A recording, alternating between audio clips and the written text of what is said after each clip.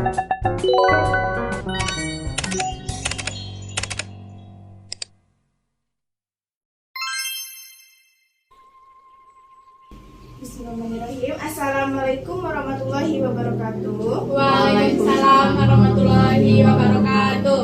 Perkenalkan, nama saya Anggia Rahma Puspitasari, mahasiswa dari Fakultas Kehutanan Universitas Lancet Kuning, Pekanbaru. Di sini saya akan melakukan penyuluhan dengan judul Hasil Hutan Bukan Kayu. Salah satu solusi meningkatkan kesejahteraan. Pertama-tama, saya ucapkan terima kasih yang sebesar-besarnya kepada para hadirin yang telah meluangkan waktunya untuk ikut serta berpartisipasi pada kegiatan penyuluhan ini.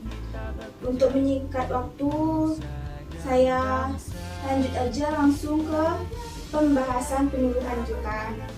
Untuk pembukaannya, saya ingin bertanya terlebih dahulu. Ada yang tahu nggak sih apa HHBK itu atau maksudnya itu? Tidak. Nah, jadi kan para hadirin kan belum ada yang tahu nih apa itu maksud dari HHBK, hasil hutan bukan kayu. Jadi hasil hutan bukan kayu itu adalah hasil hutan dari hayati, baik nabati maupun hewani, serta produk hasil dari turunannya dan budidaya kecuali dari kayu hutan tersebut. Nah, di sini berarti HHBK itu adalah semua hasil dari hutan tersebut yang masyarakat bisa ambil, namun terkecualinya pada kayu. Nah, jadi HHBK ini dapat menjadi salah satu solusi meningkatkan kesejahteraan, terutamanya pada nilai ekonomi masyarakat yang ada di sekitar hutan. Kita dapat memanfaatkan hasil hutan bukan kayu itu, kayak contohnya berupa dari segi dari hewaninya dulu. Kayak contohnya lebah. Lebah kita bisa mengambil hasil hutan bukan kayunya itu dari hasil madu yang telah dihasilkan dari lebah tersebut. Jadi manfaat dari kita mengambil produksi hasil hutan bukan kayu ini, kita dapat mengurangi emisi karbon.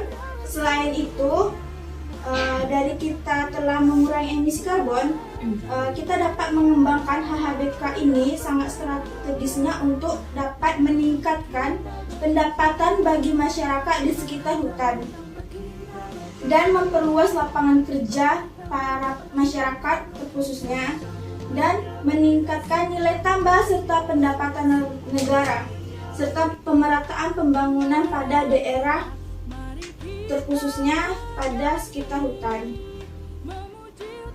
Nah, HHBK sendiri itu terbagi menjadi dua, yaitu HHBK pada jenis nabati serta hewani. Jadi, dari dua jenis yang telah disebutkan dari nabati sama hewani, kira-kira ada nggak yang terbayang atau terbesit dari sumber hewaninya dulu lah? Ada yang tahu nggak dari hasil hutan bukan kayunya ya, yang bisa kita ambilin dari mana? Misalnya itu dari daging hewan, misalnya rusa atau yang lainnya. Dagingnya mau diapain kira-kira? Dikonsumsi, misalnya bisa juga diperjualbelikan untuk mendapatkan nilai ekonomi. Boleh. Ya, makasih. Kira-kira ada nggak lagi kayak tambahan atau masukan lagi gitu? Ada tidak? Tidak. Kita bisa mengambil lebih dekatnya dan lebih dominannya lah ya dari hutan itu ada lebahnya. Kalau misalnya di hutan adat atau maupun HTI itu bakal kita temukan pohon sialang. Yang mana pohon sialang pasti lebih dikenalnya pohon yang angker, yang mengerikan karena dia besar tinggi. Nah, biasanya pohon sialang inilah yang digunakan oleh lebah menjadi rumahnya atau tempat dia bersarang. Nah, dari lebah inilah dapat kita ambil hasil hutan bukan kayunya, ialah madu. Yang mana sudah banyak terkenal dong madu di kalangan masyarakat. Dan mendapatkan madu pasti cuma-cuma dong, tapi pengambilannya harus hati-hati ya. Dan untuk hewani lainnya itu bisa kita ambil dari sarang. Sarang apa nih? Sarang walet bisa kita fungsikan, bisa kita ambil, kita manfaatkan. Walet harga ekonominya tinggi, bisa kalian ambil. Tapi kebanyakan untuk zaman sekarang lebih banyak dibudidayakan ya, dibikin rumahnya untuk dikasih makan. Dan pengambilan untuk misalnya kita ternak walet ya fantastis juga. Untuk berikutnya tuh bisa kita ngambil dari ulat sutra. Ulat sutra nggak kalah dari madu sama walet. Untuk nilai ekonomisnya juga tinggi. Nah, untuk untuk berikutnya itu nabati. Nabati, kira-kira ada yang tahu lagi nggak apa yang bisa kita ambil dari tumbuhan apa gitu? Contohnya itu bambu, Ya, bambu, rotan, bisa. Ada lagi? Oh, oke. Dari bambu kan udah dari dulu dong, kan hutan. Bambu kan udah dikenal dari zaman penjajahan kan, apalagi untuk jadikan tombak runcing.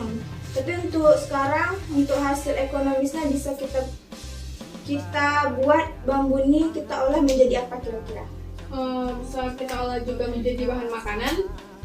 Dari rebungnya ya? Ya. Oke. Dari rotan? Dari rotan kira-kira apa ya? Mebel, Mebel contohnya? kursi, meja, lemari.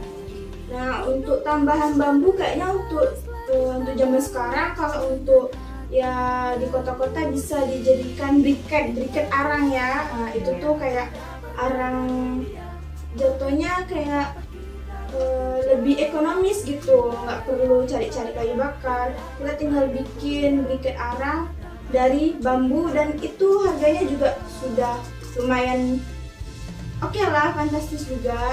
Berikutnya, nah, HHBK sendiri itu dikategorikan menjadi 3 kelompok, yaitu ada kelompok tingkat subsistem, komersial, dan semi komersial. Apa sih tingkat dari subsistem itu?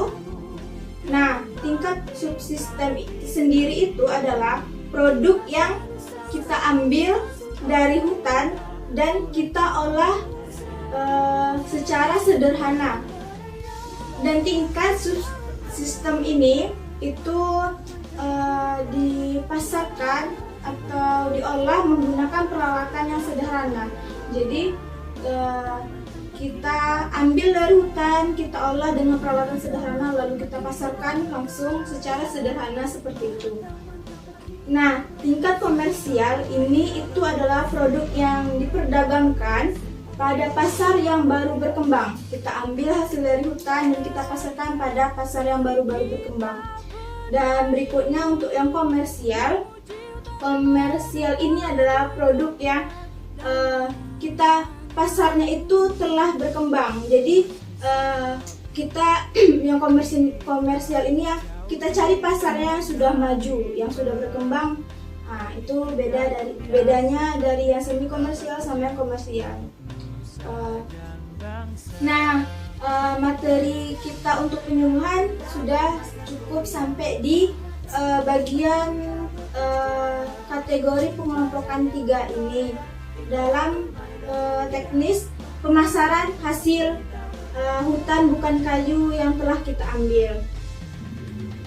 Jika kita memanfaatkan hutan dari segi kayunya saja dan bukan kita terapkan hasil hutan bukan kayu ini, maka lama-kelamaan hutan yang ada di Indonesia ini akan gundul dan tidak, untuk masa ke depan harapannya untuk masa berikutnya bakal tidak ada yang dapat kita lakukan pada hutan di Indonesia.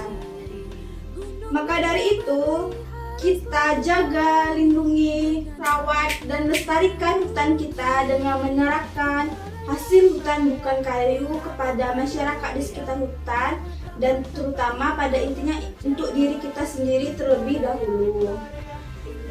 Nah, dapat kita ambil kesimpulan dari kegiatan penyuluhan ini. Dari kita menerapkan hasil hutan bukan kayu ini, kita dapat meningkatkan kesejahteraan masyarakat yang paling utama yang ada di sekitar hutan.